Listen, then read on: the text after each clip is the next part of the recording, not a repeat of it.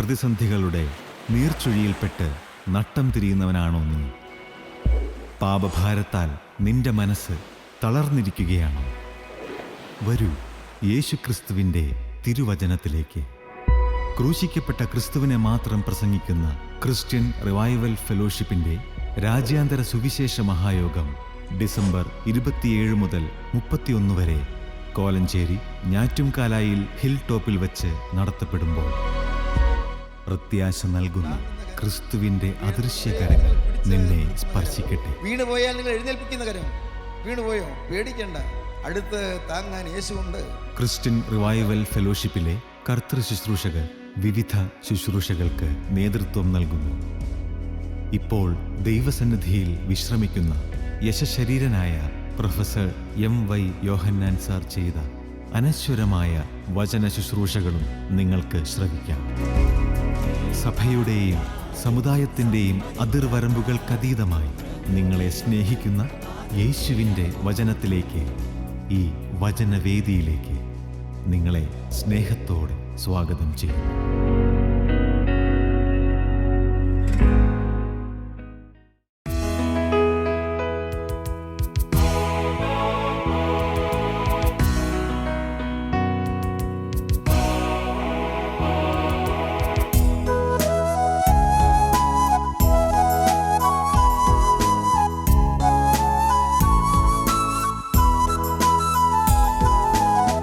കൂടെയുണ്ട് യേശു എൻ കൂടെയുണ്ട്, കൂട്ടിനവൻ എന്നും കൂടെയുണ്ട്.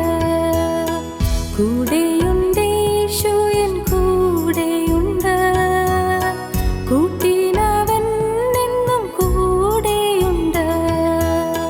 കൂരിരുൾ താഴ്വരെ കൂടെയുണ്ട്, കൂട്ടാളിയായിട്ടൻ കൂരിരുൾ താഴ്വരെ കൂടെയുണ്ട്, കൂട്ടാളിയായിട്ടൻ കൂടെയുണ്ട്.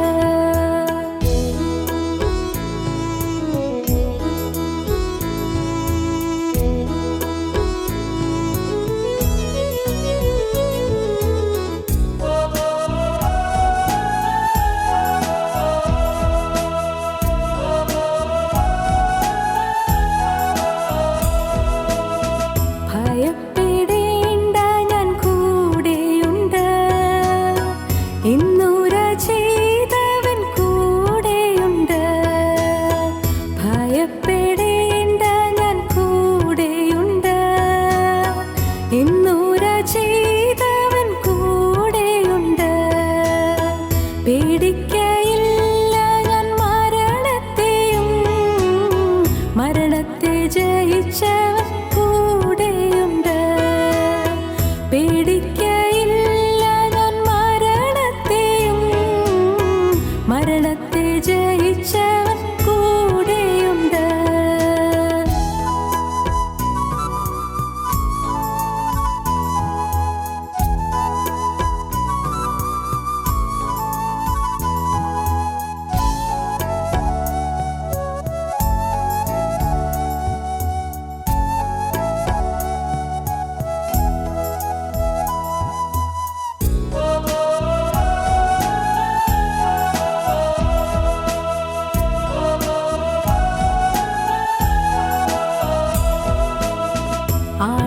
ആഴിയിന്നാഴത്തിൽ കൂടെയുണ്ട്, ആകാശമേഘങ്ങളിൽ കൂടെയുണ്ട്. ആഴിയിന്നാഴത്തിൽ കൂടെയുണ്ട്, ആകാശമേഘങ്ങളിൽ കൂടെയുണ്ട്. ആവശ്യനേരത്തിൻ കൂടെയുണ്ട്, ആശ്വാസദായകൻ കൂടെയുണ്ട്. ആവശ്യനേരത്തിൻ കൂടെയുണ്ട്, ആശ്വാസദായകൻ കൂടെയുണ്ട്. ഞങ്ങളും ക്രൂശിക്കപ്പെട്ട ക്രിസ്തുവിനെ പ്രസംഗിക്കുന്നു. ദൈവ തിരുനാമത്തിന് മഹത്വം ഉണ്ടാകട്ടെ. യോന പ്രവാചകൻ്റെ പുസ്തകം 2-ാം അധ്യായം 1-ാം വാക്യം. യോന മത്സ്യത്തിൻ്റെ വയറ്റിൽ വെച്ച് തൻ്റെ ദൈവമായ യഹോവയോട് പ്രാർത്ഥിച്ച് പറഞ്ഞത് എന്തെന്നാൽ, ഞാൻ എൻ്റെ കഷ്ടത നിമിത്തം യഹോവയോട് നിലവിളിച്ചു, അവൻ എനിക്ക് ഉത്തരമരളി. ഞാൻ പാതാളത്തിൻ്റെ വയറ്റിൽ നിന്ന് അയ്യം വിളിച്ചു, നീ എൻ്റെ നിലവിളി കേട്ടു. നീ എന്നെ സമുദ്രമധ്യേ ആഴത്തിലിട്ട് കളഞ്ഞു, പ്രവാഹം എന്നെ ചുറ്റി. നിൻ്റെ ഓളങ്ങളും തിരമാലകളുമെല്ലാം എൻ്റെ മീതെ കടന്നുപോയി. സമുദ്രത്തിൻ്റെ ആഴത്തിൽ കിടന്നുകൊണ്ടുള്ള പ്രാർത്ഥന, സമുദ്രത്തിൻ്റെ ആഴത്തിൽ മത്സ്യത്തിൻ്റെ വയറ്റിൽ കിടന്നുകൊണ്ടുള്ള പ്രാർത്ഥന. എവിടെയും പ്രാർത്ഥിക്കാം. ആവശ്യക്കാരൻ എവിടെയും ഇരുന്ന് പ്രാർത്ഥിക്കാം. അത്യാവശ്യക്കാരന് പ്രാർത്ഥിക്കാൻ സമയമോ സ്ഥലമോ ഭേദം നോക്കേണ്ട ആവശ്യമില്ല. യോന ഇപ്പോൾ അത്യാവശ്യക്കാരനാണ്. അപകടത്തിൽപ്പെട്ട് കഴിഞ്ഞു. വലിയൊരു അനർത്ഥത്തിൽ വീണ് കഴിഞ്ഞിരിക്കുന്നു. ഇനി ബാഹ്യലോകം കാണുമെന്നുള്ള പ്രതീക്ഷയ്ക്ക് യാതൊരു സാധ്യതയുമില്ല. തീർന്നു, ജീവിതം തീർന്നു. മത്സ്യം വിഴുങ്ങിക്കഴിഞ്ഞിരിക്കുന്നു.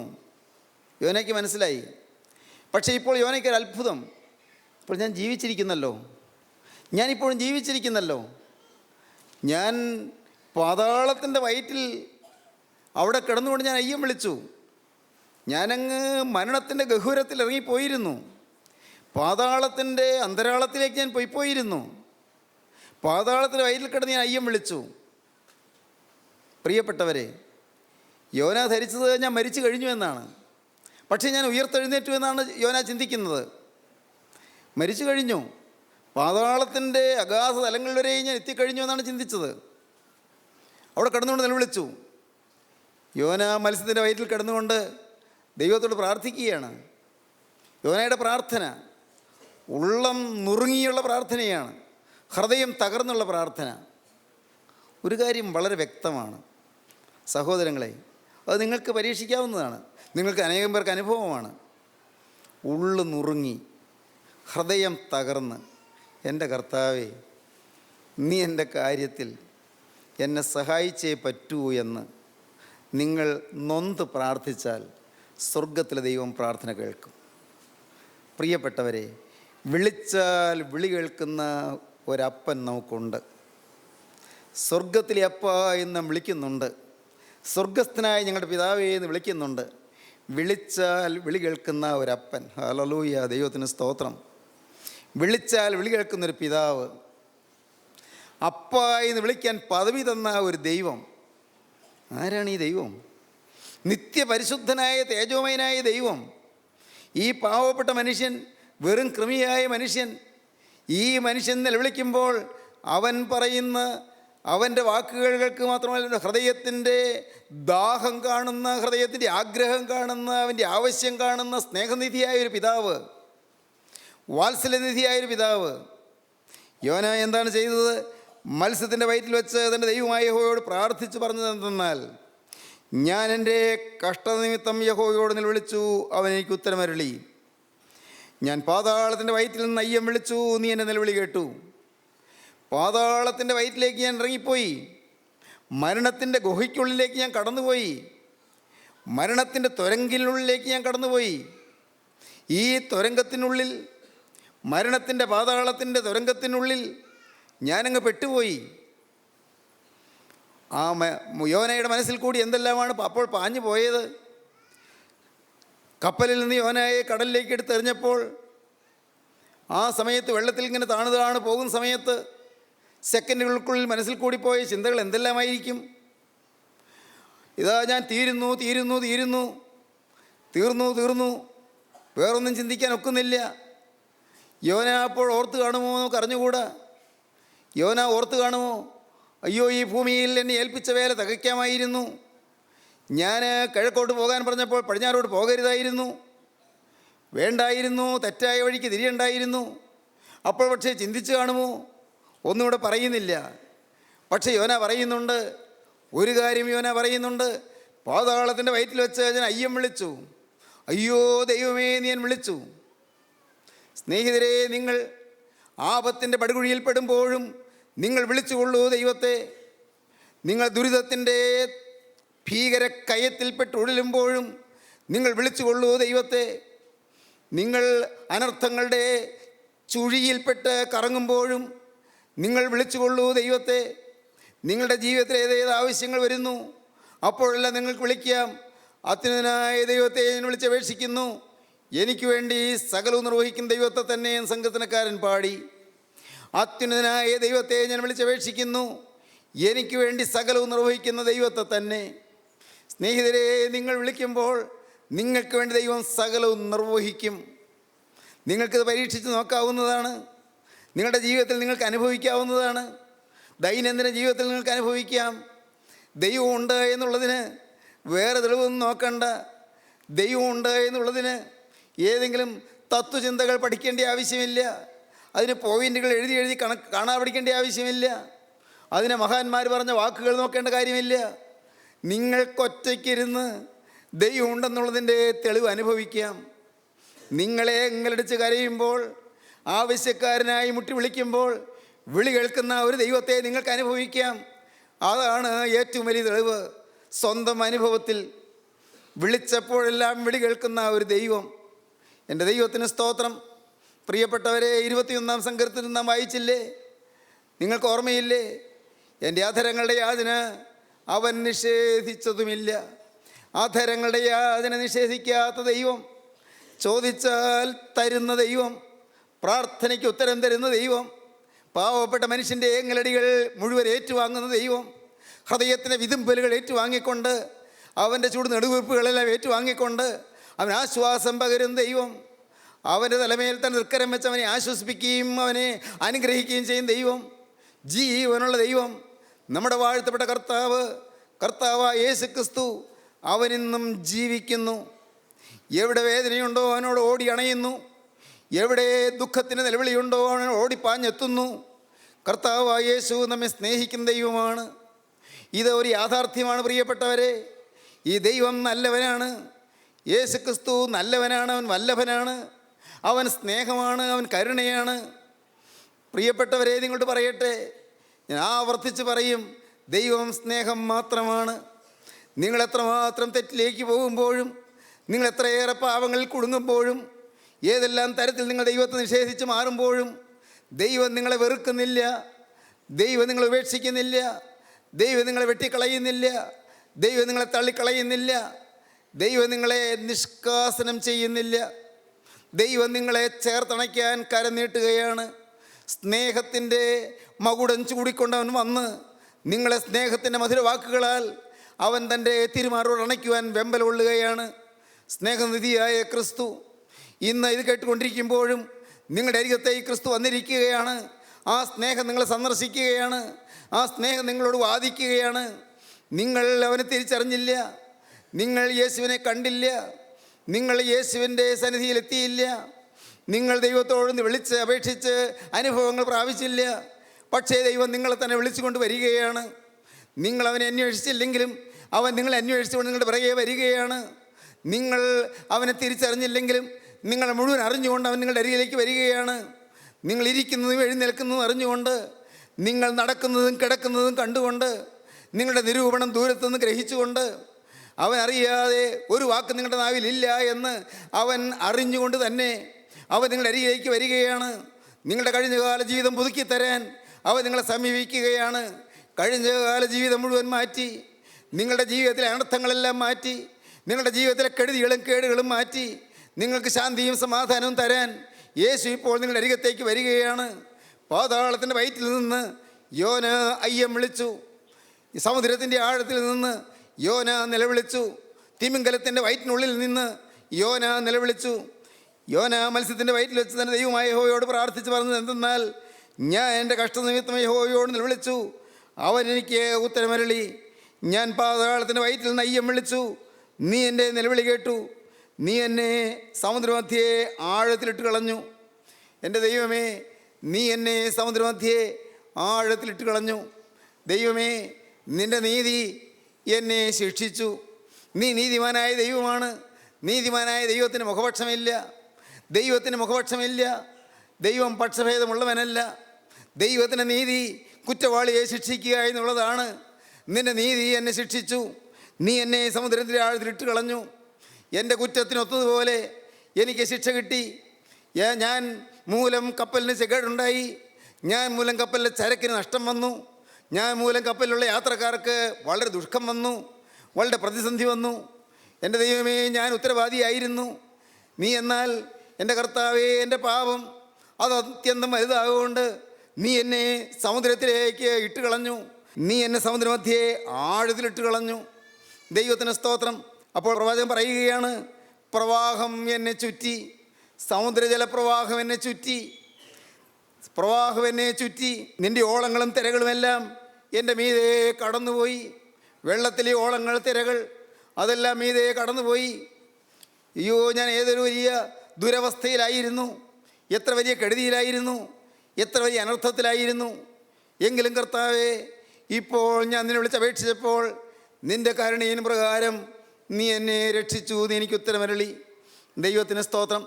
ദൈവത്തിൻ്റെ നീതി പാപിയെ ശിക്ഷിക്കുക എന്നുള്ളതാണ്. എന്നാൽ ദൈവത്തിൻ്റെ കരുണ പാപിയെ വീണ്ടെടുക്കുക എന്നുള്ളതാണ്. ദൈവത്തിന് സ്തോത്രം. ദൈവത്തിൻ്റെ നീതിയും പ്രകാരം ദൈവം മനുഷ്യനോട് ഇടപെടുകയും മനുഷ്യനെ ശിക്ഷയ്ക്ക് വിധിക്കുകയും ചെയ്യും. എന്നാൽ ദൈവത്തിൻ്റെ കരുണ നമ്മെ വീണ്ടെടുക്കുകയും നമ്മെ രക്ഷിക്കുകയും ചെയ്യുന്നു. അതാണ് ഗോകുൽത്തായിലെ കുരിശിൽ നാം കാണുന്നത്. അതാണ് ക്രൂസിലെ സ്നേഹം എന്ന് പറയുന്നത്. ദൈവത്തിൻ്റെ നീതി പ്രകാരം പാപം ചെയ്യുന്ന മനുഷ്യൻ മരിക്കണം, പാപം ചെയ്യുന്ന മനുഷ്യൻ ശിക്ഷിക്കപ്പെടണം. പാപത്തിന് ശിക്ഷയുണ്ട്.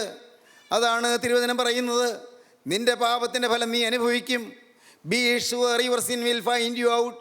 നിശ്ചയമായി നിൻ്റെ പാപം നിന്നെ കണ്ടെത്തും. നിൻ്റെ പാപം നിന്നെ കണ്ടെത്തും, സംശയമില്ല. അതാണ് ദൈവത്തിൻ്റെ നീതി. പാപത്തിന് ശിക്ഷയുണ്ട്. പാപത്തിന് തക്കതായ ശിക്ഷ കിട്ടിയേ പറ്റൂ. അത് ദൈവത്തിൻ്റെ നീതിയാണ്. നീതിമാനായ ദൈവം നീതിയോടെ വിധിക്കുന്നവനാണ്. അതുകൊണ്ട് മനുഷ്യൻ ശിക്ഷ ഏൽക്കണം. എന്നാൽ പ്രിയപ്പെട്ടവരെ, ദൈവത്തിന് കരുണയുണ്ട്. ദൈവം സ്നേഹവാനാണ്. ദൈവം കാരുണ്യവാനാണ്. കാരുണ്യവാനായ ദൈവം ഈ മനുഷ്യനെ രക്ഷിക്കാൻ ആഗ്രഹിക്കുന്നു. നീതിൻ പ്രകാരം അവനെ ശിക്ഷിക്കണമെങ്കിലും അവനെ കരുണയിൻ പ്രകാരം രക്ഷിക്കണം. അതിനുവേണ്ടി ദൈവം എന്ത് ചെയ്തു? ദൈവം തന്നെ മനുഷ്യനായി ഭൂമിയിലേക്ക് ഇറങ്ങി വന്നു.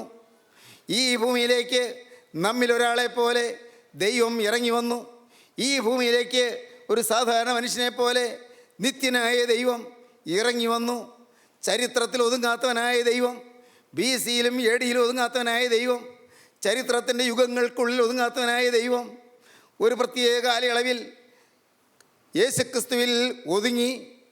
ഒരു പ്രത്യേക കാലയളവിൽ ആ ജീവനുള്ള ദൈവം ഭൂമിയിൽ തിരുവവതാരം ചെയ്തു. ഒരിടത്തും ഒതുങ്ങാത്തവനായ ദൈവം ബേത്ലഹേം എന്ന് പറയുന്ന ഒരു പ്രദേശത്ത് ഒതുങ്ങി. ഒരിടത്തും ഒതുങ്ങാത്തവനായ ദൈവം കന്യമറിയാമെന്ന് പറയുന്ന ഒരു സ്ത്രീയുടെ ഉദരത്തിൽ ഒതുങ്ങി. ദൈവത്തിന് സ്തോത്രം. ഒരിടത്തും ഒതുങ്ങാത്തവനായ ദൈവം ഗലീല നാടുകളിൽ ഒരു 200 നാഴികയ്ക്കുള്ളിൽ ഒതുങ്ങി. ദൈവത്തിന് സ്തോത്രം.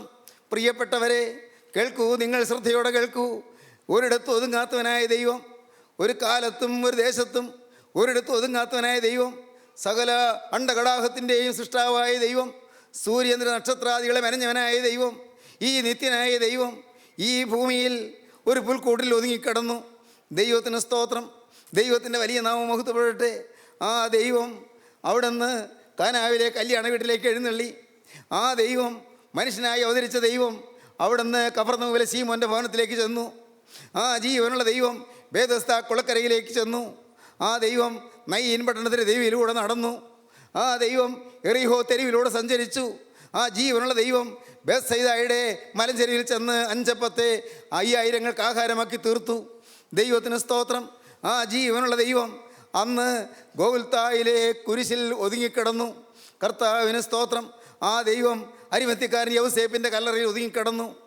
എന്നാൽ പ്രിയപ്പെട്ടവരെ, ആ ദൈവം ഉയർത്തെഴുന്നേറ്റ് അവൻ ജീവിക്കുന്നു. എന്തിനെന്ന് നിങ്ങൾക്കറിയാമോ? അവനിന്ന് ജീവിക്കുന്നത് എൻ്റെ ഈ ചെറിയ മനുഷ്യൻ, ഈ നിസ്സാര മനുഷ്യൻ്റെ ചെറിയ ഹൃദയത്തിനുള്ളിൽ ഒതുങ്ങിയിരിക്കാൻ. എൻ്റെ കർത്താവിന് സ്തോത്രം. സ്നേഹിതരെ, നിങ്ങളോട് ചോദിക്കട്ടെ, നിങ്ങളുടെ ഹൃദയത്തിൽ ഒതുങ്ങിയിരിക്കാൻ ആഗ്രഹിക്കുന്ന ഈ യേശുവിന് വേണ്ടി നിങ്ങളുടെ ഹൃദയം ഇപ്പോൾ തുറക്കുമോ? കാലങ്ങളിൽ ഒതുങ്ങാത്തവൻ, ദൈവത്തിന് സ്തോത്രം. ചരിത്രത്തിൽ ഒതുങ്ങാത്തവൻ, യുഗങ്ങളുടെ സീമകൾക്കുള്ള ഒതുങ്ങാത്തവൻ, അതിരുകളിൽ ഒതുങ്ങാത്തവനായ ദൈവം പാവപ്പെട്ട മനുഷ്യൻ്റെ, സാധുവായ മനുഷ്യൻ്റെ, നിസ്സാരനായ മനുഷ്യൻ്റെ, അക്ഷരാഭ്യാസമില്ലാത്ത മനുഷ്യൻ്റെ, ബുദ്ധിയില്ലാത്ത മനുഷ്യൻ്റെ, വെറും സാധാരണക്കാരനായ മനുഷ്യൻ്റെ ഹൃദയത്തിനുള്ള ഒതുങ്ങാമെന്ന് പറഞ്ഞുകൊണ്ട് അവനിതാ നിങ്ങളുടെ അരികത്തേക്ക് വന്നിരിക്കുകയാണ്. മകനെ, നീ പലരെയും ഒതുക്കിയവനാണ്, പലരെയും വിഷമിപ്പിച്ചവനാണ്, പലരെയും നൊമ്പരപ്പെടുത്തിയവനാണ്. മകളെ, നീ പലരെയും കരയിപ്പിച്ചവളാണ്, പലരെയും നഷ്ടപ്പെടുത്തിയവളാണ്, പലർക്കും നാശം വരുത്തിയവളാണ്. എന്നാൽ യൗവനക്കാര, നിന്നോടിപ്പോൾ ദൈവത്തിൻ്റെ ആത്മാവ് പറയുന്നു, നിന്റെ ഹൃദയത്തിൽ ഒതുങ്ങാമെന്ന്, നിന്റെ ഹൃദയത്തിൽ ഒതുങ്ങി വസിക്കാമെന്ന്, നിന്റെ ഹൃദയത്തിൽ ജീവനുള്ള ദൈവമായി വന്ന് ആവസിക്കാമെന്ന് പറയുന്നു, നിന്റെ ഹൃദയത്തിൽ ദൈവമായി വന്നിരിക്കാമെന്ന് പറയുന്നു. അവൻ ഉയർത്തെഴുന്നേറ്റ് ജീവിക്കുന്നത് നിന്റെ ഹൃദയത്തിൽ ഇരിക്കാനാണ്. ദൈവവൈതലേ, നിന്റെ ഹൃദയത്തിൽ വസിക്കാനാണ് അവൻ ഉയർത്തെഴുന്നേറ്റ് ജീവിക്കുന്നത്. അവന് വേണ്ടി നിങ്ങളുടെ ഹൃദയം തുറക്കുമോ? അവനായി നിങ്ങളുടെ ഉള്ളം തുറക്കുമോ? പാതാളത്തിൻ്റെ വയറ്റിൽ നിന്ന് അയ്യം വിളിച്ചാൽ കേൾക്കുന്നൊരു ദൈവമുണ്ട്. എവിടെ ഇരുന്നുകൊണ്ട് പ്രാർത്ഥിച്ചാലും കേൾക്കുന്ന ഒരു ദൈവമുണ്ട്. കണ്ണുനീരണിഞ്ഞാൽ കണ്ണുനീരൊപ്പിത്തരുന്ന ഒരു ദൈവമുണ്ട്. ഹൃദയം ഏങ്ങലടിക്കുമ്പോൾ വന്ന് തലോടി തരുന്നൊരു ദൈവമുണ്ട്. ഉള്ളു വിങ്ങുമ്പോൾ ഹൃദയം തണുപ്പിച്ച് തരുന്നൊരു ദൈവമുണ്ട്. ഉള്ളു ചൂട് പിടിച്ച് ഉള്ളു ഉരുകുമ്പോൾ ഹൃദയത്തെ കുളിർമ തന്ന് ആശ്വസിപ്പിക്കുന്നൊരു ദൈവമുണ്ട്. അവനത്രേ കർത്താവായ യേശു ക്രിസ്തു. ഈ യേശുവിനെ നിങ്ങൾക്ക് നാഥനായി വേണമോ? അവൻ്റെ കരുണപ്രകാരം രക്ഷിപ്പാനാണ് വന്നത്. നീതിയും പ്രകാരം ശിക്ഷ അനുഭവിക്കേണ്ടവരാണ്. ആ ശിക്ഷയെല്ലാം അവനിതാ ഏറ്റുവാങ്ങിയിരിക്കുന്നു. നീതിയും പ്രകാരം ശിക്ഷിക്കേണ്ടതാണ്. അവൻ നിനക്ക് വേണ്ടി മകനെ ശിക്ഷ ഏറ്റിരിക്കുന്നു, മകളെ നിനക്ക് വേണ്ടി ശിക്ഷ ഏറ്റിരിക്കുന്നു. ആ ശിക്ഷ മുഴുവൻ അവൻ തൻ്റെ സ്വന്തം ശരീരത്തെ ഏറ്റുവാങ്ങിയിരിക്കുന്നു. അവൻ്റെ കൈകൾ മുറിക്കപ്പെട്ടത് അതുകൊണ്ടാണ്, അവൻ്റെ കാലുകൾ തുളയ്ക്കപ്പെട്ടത് അതുകൊണ്ടാണ്, അവൻ്റെ ചങ്ക് കുന്തം കൊണ്ട് കുത്തി തുറന്നത് അതുകൊണ്ടാണ്, അവൻ്റെ ചങ്കിൽ നിന്ന് ചോരയും നീരും പൊട്ടി പുറപ്പെട്ടത് അതുകൊണ്ടാണ്, അവൻ്റെ മുഖത്തേക്ക് കന്നത്ത് അവരാഞ്ഞടിച്ചത് അതുകൊണ്ടാണ്. പ്രിയപ്പെട്ടവരെ, അവൻ്റെ മുഖം വീർത്തു വീങ്ങിയത് അതുകൊണ്ടാണ്, അവൻ്റെ കവിളത്തിന് രോമങ്ങൾ പിടിച്ചെടുത്ത് അതുകൊണ്ടാണ്, അവൻ്റെ മുഖത്തേക്ക് അവർ തുപ്പിയത് അതുകൊണ്ടാണ്. ഞാനാണ് ഈ ശിക്ഷകളെല്ലാം ഏൽക്കേണ്ടത്. അവൻ്റെ ശിരസിൽ മുൾമുടിയേറ്റത് ഞാൻ ഏൽക്കേണ്ട ശിക്ഷ അവൻ ഏറ്റതാണ്. ദൈവവൈതലേ, ഞാൻ വെയിൻ ഗ്ലോറി, വെറും വ്യർത്ഥ മഹത്വം നേടാൻ ഞാൻ ആഗ്രഹിച്ചു, പ്രശംസ കിട്ടാൻ ഞാൻ ആഗ്രഹിച്ചു, ആളുകളുടെ ബഹുമതി കിട്ടാൻ ഞാൻ ആഗ്രഹിച്ചു, ആളുകളുടെ മുമ്പിൽ ആളാവാൻ ഞാൻ ആഗ്രഹിച്ചു, ആളുകളുടെ മുമ്പിൽ പ്രസിദ്ധനാകാൻ ഞാൻ ആഗ്രഹിച്ചു, ആളുകളുടെ മുമ്പിൽ വലിയവനെന്ന് അറിയപ്പെടാൻ ഞാൻ ആഗ്രഹിച്ചു. ആ സ്വയമഹത്വത്തിൻ്റെ നിസ്സാരത എനിക്ക് കാണിച്ചു തരാൻ അവനിതാ എൻ്റെ ശിക്ഷ അവനേറ്റു, അവൻ്റെ തലയിൽ മുൾമുടി വെച്ചു. ദൈവത്തിന് സ്തോത്രം. വെയിൻ ഗ്ലോറി മാറ്റാൻ അവനിതാ ജീവനുള്ള ദൈവം, അവൻ ഏറ്റവും വലിയ നിന്നയുടെ മുൾമുടി അവൻ വഹിച്ചു. എൻ്റെ കർത്താവിന് സ്തോത്രം. ദൈവത്തിൻ്റെ വലിയ നാമം മഹത്വപ്പെടട്ടെ. സ്നേഹിതരെ, ഈ യേശുവിൻ്റെ കരുണ നമ്മെ രക്ഷിക്കാനായി ഇതെല്ലാം ചെയ്തു. എൻ്റെ കർത്താവിന് സ്തുതി. നിങ്ങളിത് വിശ്വസിക്കുന്നുവെങ്കിൽ, ഞാൻ വിശ്വസിക്കുന്നു, നിങ്ങൾ പറയും, ഞാൻ വിശ്വസിക്കുന്നു, കർത്താവ് എൻ്റെ പാവത്തിന് വേണ്ടി മരിച്ചു ഞാൻ വിശ്വസിക്കുന്നു. ഇല്ല പ്രിയരെ, നിങ്ങൾ വിശ്വസിക്കുന്നുവെങ്കിൽ പഴയതുപോലെ ജീവിക്കില്ല. ഉറപ്പാണത്. വിശ്വസിക്കുന്നുവെങ്കിൽ, യേശു ക്രിസ്തു എനിക്ക് വേണ്ടി മരിച്ചു എന്ന് വിശ്വസിക്കുന്നെങ്കിൽ പഴയതുപോലെ ജീവിക്കുകയില്ല. പറഞ്ഞു തരാം. തിരുവചനം എന്ത് പറയുന്നു? 1 പത്രോസ് 2:24 വായിക്കാം. നാം പാപം സംബന്ധിച്ച് മരിച്ച് നീതിക്ക് ജീവിക്കേണ്ടതിന് അവൻ തൻ്റെ ശരീരത്തിൽ നമ്മുടെ പാപങ്ങളെ ചുമന്നുകൊണ്ട് ക്രൂശിന്മേൽ കയറി. അവൻ തൻ്റെ ശരീരത്തിൽ നമ്മുടെ പാപങ്ങളെ ചുമന്നുകൊണ്ട് ക്രൂശിന്മേൽ കയറി. എന്തിന്? അവൻ തൻ്റെ ശരീരത്തിൽ നമ്മുടെ പാപങ്ങളെ ചുമന്നുകൊണ്ട് കുരിശിന്മേൽ കയറി. എന്തിന്? നാം പാപം സംബന്ധിച്ച് മരിക്കണം, നീതിക്ക് ജീവിക്കണം. അതിനാണ്. ഒന്നുകൂടി വായിച്ച് കേൾക്കാം. നാം പാപം സംബന്ധിച്ച് മരിച്ച് നീതിക്ക് ജീവിക്കേണ്ടതിന് അവൻ തൻ്റെ ശരീരത്തിൽ നമ്മുടെ പാപങ്ങളെ ചുമന്നുകൊണ്ട് ക്രൂശിന്മേൽ കയറി. നാം പാപം സംബന്ധിച്ച് മരിച്ച് നീതിക്ക് ജീവിക്കേണ്ടതിന് കർത്താവായ യേശു തൻ്റെ ശരീരത്തിൽ നമ്മുടെ പാപങ്ങളെ ചുമന്നുകൊണ്ട് കുരിശിന്മേൽ കയറി. ദൈവത്തിന് സ്തോത്രം. അങ്ങനെ അത് വിശ്വസിക്കുന്നവർക്ക്, പാപം സംബന്ധിച്ച് മരിക്കുകയും ക്രിസ്തുവിൻ്റെ നീതിയിൽ ജീവിക്കുകയും ചെയ്യാൻ തീരുമാനമെടുക്കുന്നവർക്ക്, അവർക്ക് അവൻ്റെ അടിപ്പിണരാൽ സൗഖ്യം ലഭിക്കുന്നു. ദൈവത്തിന് സ്തോത്രം. അവർക്ക് മാത്രം. നാം പാപം സംബന്ധിച്ച് മരിച്ച് നീതിക്ക് ജീവിക്കേണ്ടതിന് അവൻ തൻ്റെ ശരീരത്തിൽ നമ്മുടെ പാപങ്ങളെ ചുമന്നുകൊണ്ട് കുരിശിന്മേൽ കയറി. അവൻ്റെ അടിപ്പിണരുകളാൽ നമുക്ക് സൗഖ്യം വന്നിരിക്കുന്നു. ഈ സൗഖ്യം അനുഭവിക്കുന്നത് നാം നീതിക്ക് ജീവിക്കുമ്പോഴാണ്. ഇതുവരെ ജീവിച്ചതുപോലല്ല. എല്ലാം മാറും. ഒരാൾ എന്നെ വിളിച്ചു, സാറേ, എനിക്ക് ഈ പാപത്തിന് മേൽ ജയം കിട്ടുന്നില്ല. ഞാൻ പറഞ്ഞു, മോനെ, അത് വിഷമിക്കണ്ട. നീ മനഃപൂർവ്വം പാപത്തോട് പോരാടണം. കർത്താവിൻ്റെ വചനം അങ്ങനെ പറയുന്നത്. പാപത്തോട് പോരാടുന്നതിൽ നിങ്ങൾ പ്രാണത്യാഗത്തോട് എതിർത്ത് നിന്നിട്ടില്ല. മരിക്കേണ്ടി വന്നാൽ ഞാൻ ആ പാപം ചെയ്യുകയും തീരുമാനിക്കണം. സാറേ, ഞാൻ അങ്ങനെയൊക്കെ തീരുമാനിച്ചു, പക്ഷേ എനിക്ക് സാധിക്കുന്നില്ലല്ലോ. ഞാൻ പറഞ്ഞു, മോനെ, നീ അങ്ങനെ തീരുമാനിച്ചെന്ന് പറയുന്നതേ ഉള്ളൂ.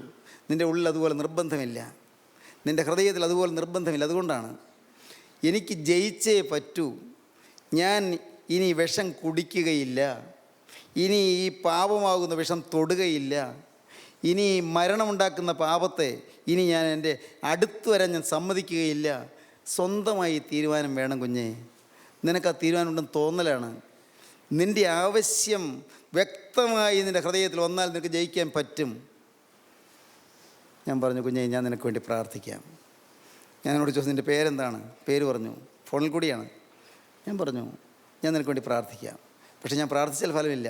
നീ ആത്മാർത്ഥമായി ആഗ്രഹിക്കുമോ? തീർച്ചയായും സാറേ, ഞാൻ ആത്മാർത്ഥമായി ആഗ്രഹിക്കും. തീർച്ചയായിട്ടും ഞാൻ മനസ്സറിഞ്ഞിന് പാപം വരില്ല, ഞാൻ നോക്കിക്കൊള്ളാം. വെരി ഗുഡ്, നല്ലത്. അങ്ങനെയാണെങ്കിൽ യേശുവിൻ്റെ കൃപ നിന്നോടുകൂടെ ഉണ്ട്. പറഞ്ഞു കൊടുത്തു. ഇനി അവൻ എങ്ങനെയാണ് ജീവിക്കുന്നത് നോക്കാം. പ്രിയപ്പെട്ടവരെ, ഞാൻ നിങ്ങളോട് വളരെ വിനയപൂർവ്വം ഒരു കാര്യം പറയാം. നിങ്ങൾക്കാർക്കെല്ലാം നീതിക്ക് വേണ്ടി ജീവിക്കാൻ താല്പര്യമുണ്ട്, അടിപ്പിണരാൽ സൗഖ്യം ലഭിച്ചു എന്ന് വിശ്വസിച്ചുകൊണ്ട് ഇനി എൻ്റെ പഴയ മനുഷ്യൻ മരിച്ചിരിക്കുന്നു, എൻ്റെ ശിക്ഷ മുഴുവൻ യേശു ഏറ്റതുകൊണ്ട് ഞാൻ പുതിയ മനുഷ്യനായി ജീവിക്കുന്നുവെന്ന് ആർക്കെല്ലാം തീരുമാനമുണ്ട്, തീർച്ചയായും നിങ്ങൾക്ക് ജയജീവിതം ലഭിക്കും. പാപത്തിന് മേൽ ജയം ലഭിക്കും. കോപം നിങ്ങളിൽ നിന്ന് മുഴുവനായി മാറിപ്പോകും. നിങ്ങളുടെ അശുദ്ധ വികാരങ്ങൾ മാറിപ്പോകും. മ്ലേച്ഛ മോഹങ്ങൾ വിട്ടുപോകും. നിങ്ങളെ ഇന്ന് അലട്ടിക്കൊണ്ടിരിക്കുന്നതായ വൈരാഗ്യ സ്വഭാവങ്ങൾ മാറിപ്പോകും. നിങ്ങളുടെ ഹൃദയത്തിലുള്ളതായ നീരസവും കയ്പും എല്ലാം നിങ്ങളുടെ ഹൃദയത്തിൽ നിന്ന് വിട്ടുപോകും. പ്രിയപ്പെട്ടവരെ, നിങ്ങളുടെ അഹങ്കാരവും നിങ്ങളുടെ ദ്രവ്യാഗ്രഹവും എല്ലാം മാറിപ്പോകും. നിങ്ങളുടെ ഹൃദയം ശാന്തമാകും. ഒന്നും നിങ്ങളുടെ ഹൃദയത്തെ തൊടാതാകും. ആരെല്ലാം എന്തെല്ലാം പറഞ്ഞ് അധിക്ഷേപിച്ചാലും തെറ്റിദ്ധാരണകൾ വരുത്തുന്ന കിംവദന്തികൾ പരന്നാലും നിങ്ങളുടെ ഹൃദയത്തെ തൊടാതാകും. നിങ്ങളുടെ മനസ്സ് ക്രിസ്തുവിൽ ശാന്തതയോടുകൂടി ഇരിക്കും. ക്രിസ്തു നിങ്ങൾക്ക് സമാധാനമായിരിക്കും. ഇന്ന് ഈ വാക്കുകളെ കേട്ടുകൊണ്ടിരിക്കുമ്പോൾ നിങ്ങൾക്ക് ദൈവത്തോട് പറയാം, കർത്താവേ, ഈ ഭൂമിയിൽ ജീവിച്ചിരിക്കുമ്പോൾ ഒരു സാധാരണ മനുഷ്യന് പാവം കൂടാതെ ജീവിക്കാൻ സാധിക്കുമെങ്കിൽ എൻ്റെ നാഥ, അതിന് ഞാനിതാ തീരുമാനമെടുക്കുന്നു. എന്നെ തന്നെ നിൻ്റെ ആണിപ്പാടുള്ള ഭാഗത്തിങ്ങൾ സമർപ്പിക്കുന്നു. നിങ്ങൾക്ക് സമർപ്പിക്കാം. നിങ്ങളുടെ ദേഹവും ദേഹിയും ആത്മാവും സമർപ്പിക്കാം. നിങ്ങളുടെ ഭാവി സമർപ്പിക്കാം. പുതിയ ജീവിതത്തിൽ നിങ്ങൾക്ക് തീരുമാനമെടുക്കാം. നിങ്ങളുടെ ജീവിതം സ്വർഗ്ഗതുല്യമായി തീരും. നിങ്ങളുടെ കുടുംബം അനുഗ്രഹീതമായി തീരും. നിങ്ങളുടെ തലമുറ അനുഗ്രഹിക്കപ്പെടും. നിങ്ങളുടെ മക്കളും മക്കളുടെ മക്കൾ അനുഗ്രഹിക്കപ്പെടും. കർത്താവായ യേശു വീണ്ടും വരുമ്പോൾ പറന്നുയരുന്ന വിശുദ്ധന്മാരുടെ നിരയിൽ നിങ്ങളും പറന്നുയരും. പ്രിയപ്പെട്ടവരെ, അതിന് നമുക്ക് ഒരുങ്ങാം. നമ്മെ തന്നെ സമർപ്പിക്കാം. നമുക്ക് പ്രാർത്ഥിക്കാം. സ്നേഹം നിറഞ്ഞ പരിശുദ്ധ പിതാവേ, ഇന്ന് ഈ വാക്കുകളെ കേട്ട് തീരുമാനമെടുത്ത ഓരോരുത്തരുമേലും തൃക്കരം വയ്ക്കണമേ. കർത്താവേ, തിരുരക്തം പുരട്ടണമേ. തിരുരക്തത്താലുള്ള ജയജീവിതം നൽകണമേ. ജയമുള്ള സ്ലീബായാൽ ഓരോരുത്തരെയും ജയിപ്പിക്കണമേ. പാപത്തിൻ്റെ മേലുള്ള ജയമാണ് ജീവിതത്തിൻ്റെ പ്രമാണമെന്ന് ഓർക്കുവാൻ തക്കമുള്ളതായ താല്പര്യം എല്ലാവർക്കും ഹൃദയത്തിൽ നൽകണമേ. എല്ലാവരെയും അനുഗ്രഹിക്കുന്നിടത്ത് രണ്ടാമത്തെ വേണ്ടി എല്ലാവരെയും ഒരുക്കണമേ. തിരുനാമം മഹത്വപ്പെടുത്തണമേ. യേശുക്രിസ്തുവിൻ്റെ ജയകരമായ നാമത്തിൽ തന്നെ. ആമീൻ.